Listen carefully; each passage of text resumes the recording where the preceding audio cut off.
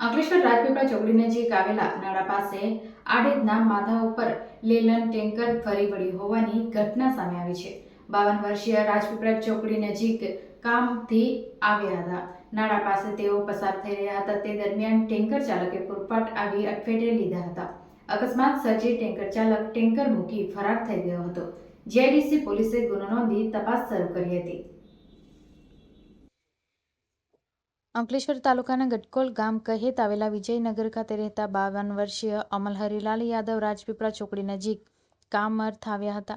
જ્યાં નજીકમાં આવેલા નાળા પાસેથી પસાર થઈ રહ્યા હતા તે દરમિયાન એક અશોક લેલન ટેન્કર ચાલક પૂરપાટ ગપ્તલ ભરી રીતે હંકારી લાવી તેમની તરફ ઘસી આવ્યો હતો અને તેને અડફેટે લેતા તેઓ રોડ ઉપર પટકાયા હતા।